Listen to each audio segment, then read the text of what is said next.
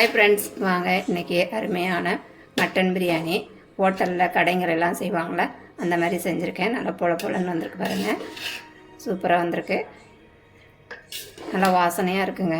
வாங்க இது எப்படி செய்கிறதுன்னு நம்ம வீடியோக்குள்ளே போய் பார்க்கலாம்.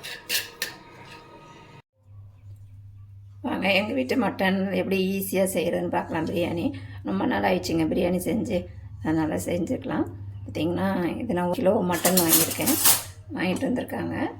இதை நம்ம இந்த குக்கரில் சேர்த்துக்கலாம்.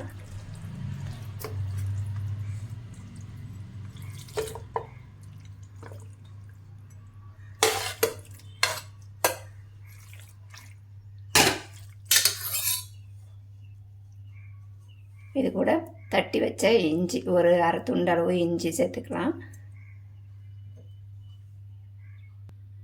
மஞ்சத்தூள், கறியில் உப்பு சேரணும் இல்லையா, அதனால் ஒரு அரை ஸ்பூன் அளவுக்கு உப்பு சேர்த்துக்கலாம். ரொம்ப சேர்க்க வேண்டாம், ஒரு அரை ஸ்பூன் அளவு உப்பு சேர்த்து வேக வச்சோம்னா நம்மளுக்கு கறியில் நல்லா உப்பு சார்ந்து இருக்கும்.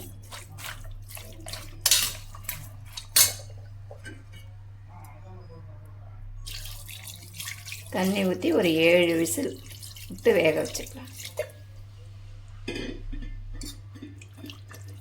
6லேருந்து 7 விசில் விட்டு வேக வச்சுக்கோங்க. ஒரு மட்டனை பொறுத்து இருக்குது.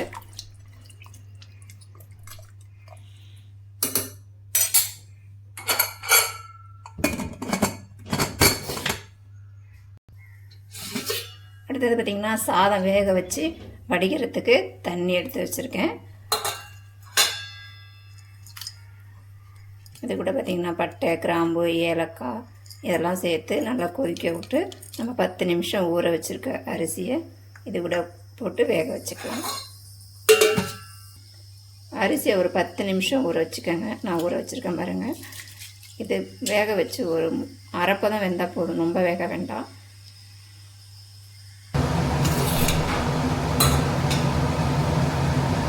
தண்ணி கொதிச்சிருச்சு, நம்ம அரிசியை சேர்த்துக்கலாம்.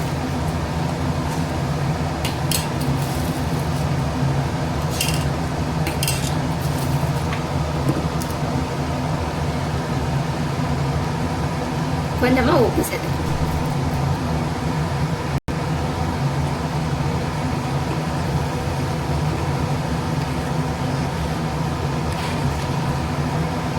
இது ஒரு அரைப்பதம் வந்தோடனே நம்ம தண்ணியை வடிகட்டிட்டு நம்ம செய்கிற பிரியாணியில் சேர்த்துக்கலாம்.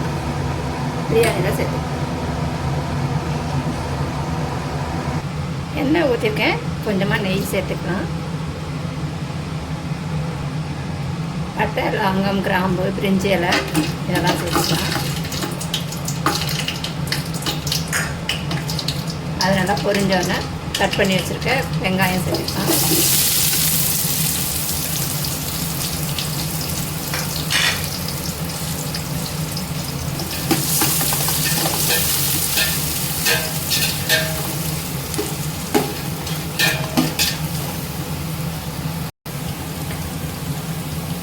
வெங்காயம் வதங்கிடுச்சு, இஞ்சி பூண்டு பேஸ்ட் போட்டுக்கலாம்.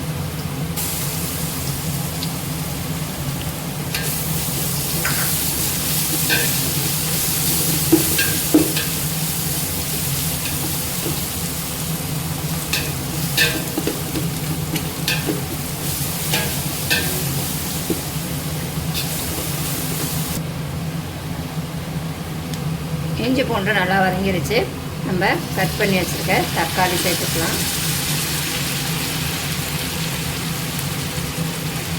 கூடவே பார்த்திங்கன்னா ஒரு கைப்பிடி அளவு புதினா.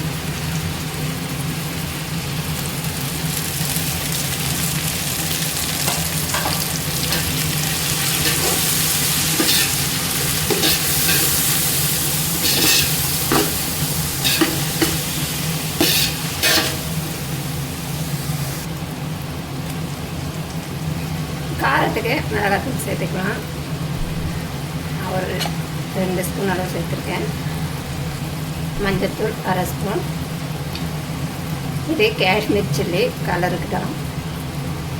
1 ஸ்பூன் அளவு கரம் மசாலா.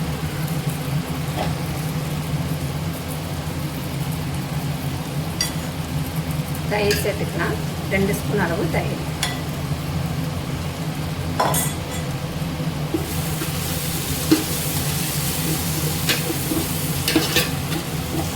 இதை நல்லா கலந்து விட்டுட்டு நம்ம வேக வச்சுருக்க மட்டனை இது கூட சேர்த்துக்கலாம்.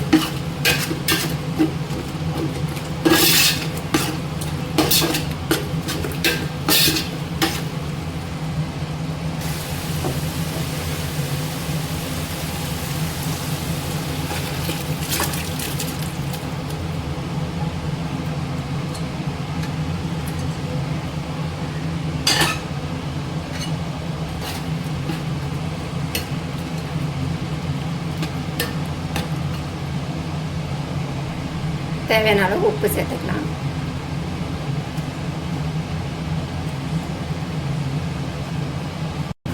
ஒரு அரை லெமனை இதில் புழிஞ்சு விட்டுக்கலாம்.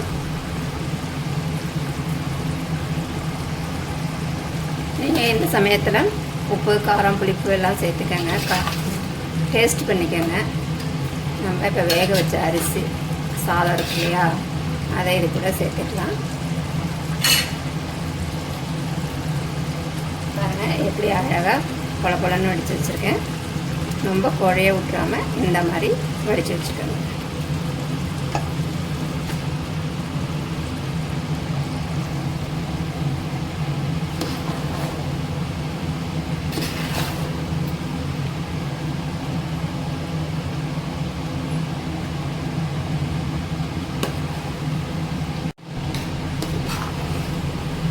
இந்த மாதிரி நல்லா கிளறி விட்டுட்டு மூடி போட்டுக்கலாம். மூடி வச்சுட்டு மேலே வெயிட் வச்சோம்னா நம்மளுக்கு அருமையான பிரியாணி ரெடி ஆகிடும்.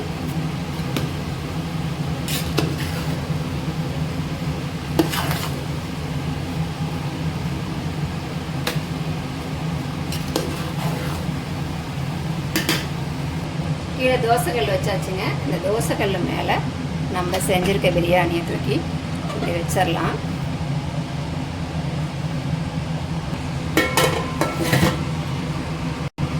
நல்லா தாம்பளத்தை போட்டு மூடியாச்சுங்க. அது மேலே நல்லா ஒரு வெயிட்டை வச்சாச்சு. இது நல்லா வேகட்டும். இப்படி இருக்கும்போது அடுப்பை ஸ்லோலி வச்சுக்கோங்க. கீழே தோசைக்கல் இருக்குது.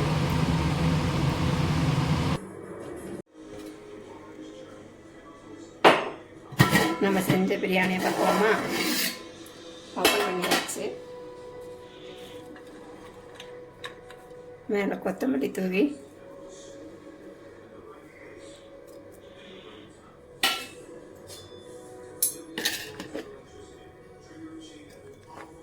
பாருங்கள், அருமையாக வந்திருக்கு பிரியாணி. நான் வீட்டில் சிம்பிளாக தாங்க செஞ்சுருக்கேன்.